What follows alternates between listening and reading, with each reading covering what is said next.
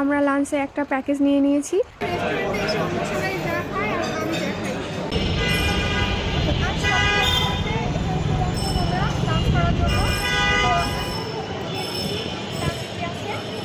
New market ঘুরে ঘুরে shopping করে আমরা একটু টায়ার্ড, তাছাড়া প্ল্যান করে গেছিলাম লাঞ্চ করব বাইরে। আর এই যে আমরা লাঞ্চে একটা প্যাকেজ নিয়ে নিয়েছি, যেহেতু আমরা 3 জন এই জন্য ভাবলাম একটা প্যাকেজ নিয়ে নিই। আর কাচ্চি বিরিয়ানি কিন্তু আমার পছন্দের খাবারের মধ্যে একটি। তো পছন্দের খাবারগুলো খেতে কেমন সেটা আপনারা হয়তো আমার খাওয়া দাওয়ার এক্সপ্রেশন দেখে অনেকটা বুঝতে পারবেন, কারণ আমি খুব একটা রিভিউ দিতে পারি না। আর সত্যি কথা বলতে আমি খুব সিম্পল খাবার দাবার খেতেই পছন্দ করি।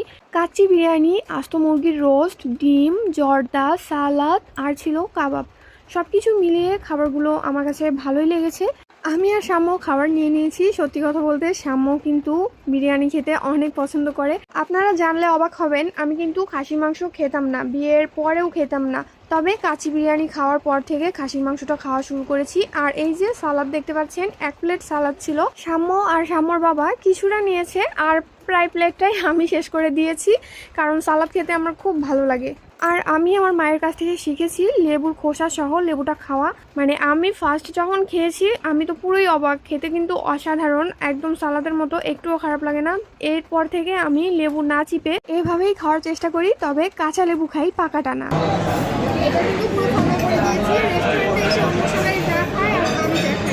রেস্টুরেন্টে বসে চা কফি খেতেও আমার ভালো লাগে, তাই একটা চা নিয়ে নিয়েছিলাম।